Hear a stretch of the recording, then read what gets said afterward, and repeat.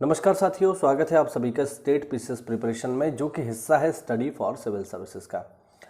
आज मैं आपसे बात करने आया हूँ एक इम्पॉर्टेंट मुद्दे के ऊपर, जो काफ़ी सारे लोग जैसे कमेंट करते हैं, तो उसी मुद्दे को आज मैं आपसे डिस्कस करूँगा।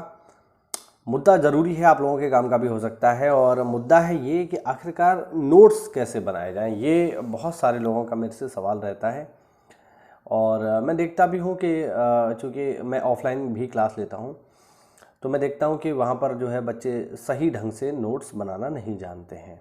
स्टूडेंट्स जो हैं, खासकर जो पहली बार तैयारी करना शुरू करते हैं, आप में से भी हो सकता है बहुत सारे लोग ऐसे हों जो पहली बार तैयारी करना शुरू करे हों, या जिनको लगता हो कि हम पहली बार पेपर दे रहे हैं, या पहली बार हम हिस्ट्री पढ़ रहे हैं, ज्योग्राफी पढ़ रहे हैं, कॉन्स्टिट्यूशन पढ़ रहे हैं, तो नोट्स कैसे बनाए जाए। तो ये एक बड़ा सवाल रहता है, तो उसी के बारे में मैं आज आप लोगों से बात करने आया हूँ। देखो, नोट्स कैसे बनाया जाए ये मैं आज आपको बताऊंगा। और देखो, नोट्स बनाना बहुत ज़रूरी है, ध्यान रखना।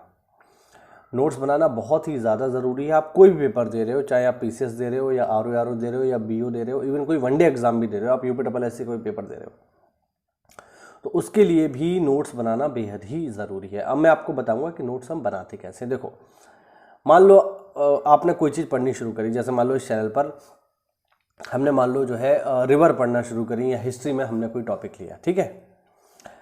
अब हिस्ट्री में जब आप कोई टॉपिक पढ़ रहे हो, या कॉन्स्टिट्यूशन में कोई टॉपिक आप पढ़ रहे हो, या जियोग्राफी में कोई टॉपिक आप पढ़ रहे हो। अब जियोग्राफी में मान लो आपने टॉपिक पढ़ना शुरू किया गंगा, ठीक है, हम एग्जाम्पल लेते हैं, गंगा पढ़ना शुरू किया।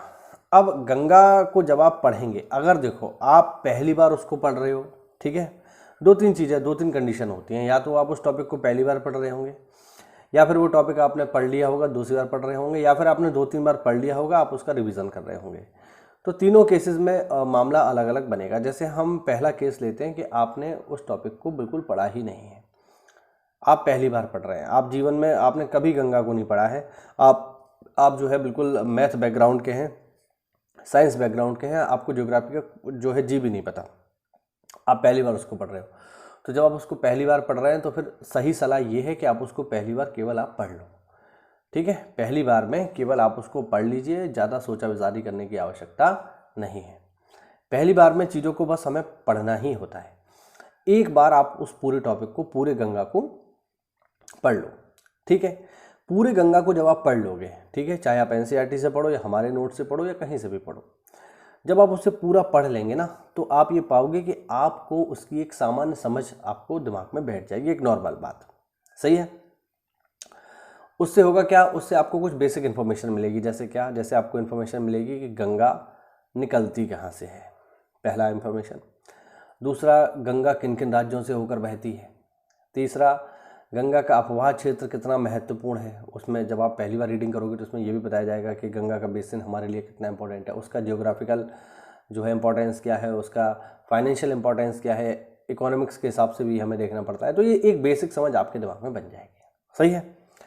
अब आपने पहली बार उसको पढ़ लिया, पहले बार पढ़ने का तरीका यही है, सबको ऐसे ही करना है। अब आपने पहले उसको पढ़ लिया है, लेकिन अब हम उसको दूसरी बार जब रीड करेंगे, तब हमें क्या करना होगा। जब हम दूसरी बार उसको रीड करेंगे, तो हम अपने काम की चीज़ें निकालेंगे, ठीक है, प्री के हिसाब की, पहले प्री पे, क्योंकि पहले फोकस हमें प्री पे करना चाहिए। मेंस तो आप तब पहुंचोगे जब प्री पास होगा। बहुत सारे लोग ऐसे होते हैं कि मेंस की तैयारी करना शुरू कर देते हैं, प्री में फेल हो जाते हैं। अब यार, प्री में ही फेल हो गए तो मेंस में पहुंचोगे कैसे। तो पहली सबसे बड़ी बाधा है प्री, उसको पास करना ज़रूरी है, क्योंकि उसमें भीड़ बहुत ज़्यादा होती है। प्री में 10 लाख फॉर्म पड़ता है, पोस्ट सिलेक्शन कितनों का होगा भाई, 6,000 का होगा, 7,000 का होगा।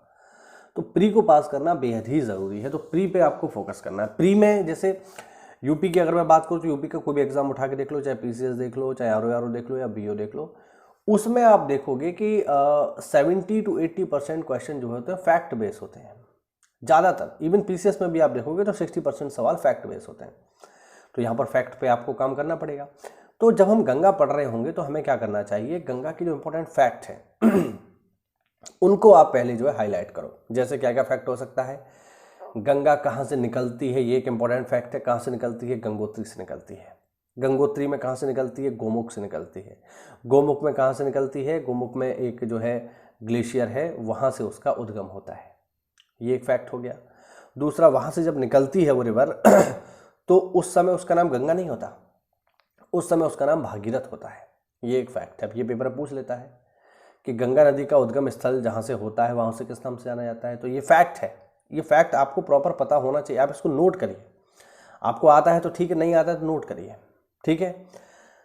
दूसरा फैक्ट क्या होगा इसमें? दूसरा फैक्ट होगा कि किस स्थान पर गंगा और मतलब किस स्थान पर भागीरथी और अलकनंदा मिल जाती है, ये भी एक फैक्ट है, इसको आप नोट करिए। यानी गंगा से जुड़ी हुई जितने भी फैक्ट हैं, गंगा की लंबाई कितनी है तो 25, ये सब आपको नोट कर लेना है। 2525 किलोमीटर है, ठीक है। गंगा किन किन राज्यों से होकर गुजरती है? 5 राज्यों से होकर गुजरती है। गंगा की सबसे ज़्यादा लंबाई कहाँ पर है? यूपी में है। फिर यूपी में लंबाई है तो कितनी लंबाई है? ये फैक्ट आपको सारे के सारे नोट डाउन कर लेने हैं, क्योंकि मेनली जो सवाल पेपर में पूछे जाएंगे यूपी के किसी भी एग्जाम में वो फैक्ट से ही आएंगे। जैसा मैंने बताया कि 70 to 80% क्वेश्चन फैक्ट से ही आएंगे। अब सीधे सीधे पूछ लेगा आपसे, किस तरीके से सवाल आ जाएगा? गंगा से सवाल आ जाएगा कि बताइए इनमें से किस राज्य से होकर गंगा नहीं गुजरती है। तो फिर आपको ये प्रॉपर पता होना ही चाहिए कि गंगा कहाँ से होकर के गुजरती है। आपको ये नहीं पता तो आप फिर पेपर में नहीं कर पाओगे, सीधी बात है। फिर आपने कितना भी जो है उसको गहराई से पढ़ रखा है, आपको सब पता है कि गंगा जो है उसका फाइनेंशियल इंपॉर्टेंस क्या है, उसका जियोग्राफिकल इंपॉर्टेंस क्या है, लेकिन आपको ये नहीं पता कि किन राज्यों से होकर के जा रही है, सब बेकार। मेंस तक आप पहुँचेंगे ही नहीं। मेंस के लिए आपने मटेरियल तैयार तो कर लिया, लेकिन मेंस में कभी आपको बुलाया ही नहीं जाएगा, क्योंकि आपको फैक्ट नहीं पता है। तो ये फैक्ट है, इन पे आपको काम करना पड़ेगा, इनको आप पढ़िए, ठीक है। इससे होगा क्या? इससे होगा ये कि जब आप पेपर देने जाएंगे ना, तो फिर वहाँ पर आपको बस पूरा गंगा नहीं पढ़ना है। फिर आपको पता है कि पूरा गंगा मेरे को पता है। और देखिए, मेंस में ज़्यादातर जो चीज़ें होती हैं वो फैक्ट बेस कम होती है। फैक्ट उसमें आते हैं, बट वहाँ पर जो चीज़ें होती हैं थोड़ा सा ब्रॉड वे में होती हैं। तो वहाँ पर आपकी बुद्धि का काम ज़्यादा है, वहाँ पर याद करने वाली चीज़ें इतनी नहीं है, वहाँ पर बुद्धि का काम ज़्यादा है। आपके पास कितना कंटेंट है इस पर मैटर करता है मेंस, ना कि इस बात पर कि आपको कितना फैक्ट आते हैं। फैक्ट तो प्री तक ही सीमित है। मेंस में उनका इस्तेमाल बस इतना भर है कि वो आंसर को अच्छा बनाते हैं, अच्छा दिखाते हैं, फैक्ट, ठीक है। लेकिन कंटेंट आपके पास होना चाहिए। और फैक्ट की इंपॉर्टेंस प्री में सबसे ज़्यादा है, क्योंकि आप अगर प्री में ही फेल होगे तो मेंस में कभी पहुंचोगे नहीं।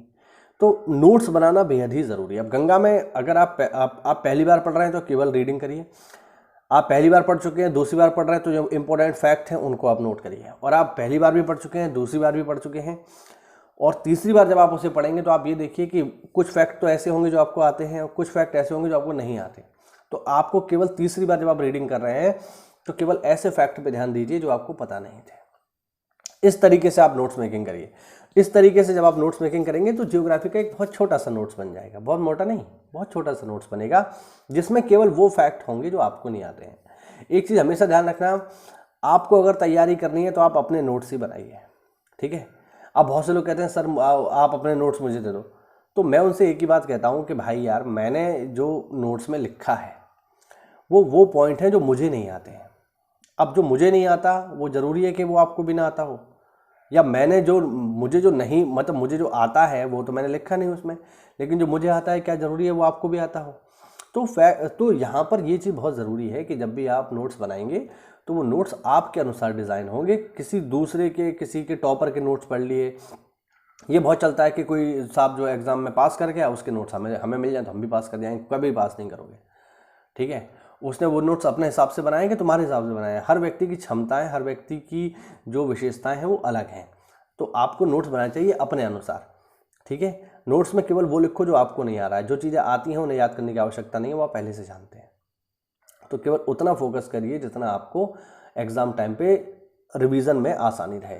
तो इस तरीके से अगर आप पढ़ोगे ना तो केवल वो चीज़ें नोट करिए जो आपको नहीं आती हैं, और उनको पर डे रिवाइज करिए, पर डे। ऐसा नहीं है कि नोट्स बना लिया, अब वो पड़ा धूल खा रहा है, सड़ रहा है, नहीं, ऐसा नहीं है।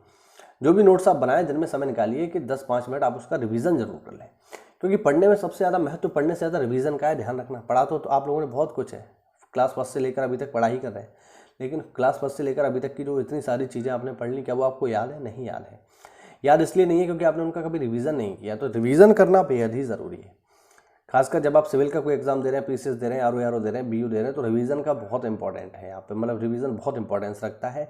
जितनी ज़्यादा बार आप चीज़ें रिवाइज कर लोगे उतना पेपर में आपको अच्छा रिजल्ट मिलेगा।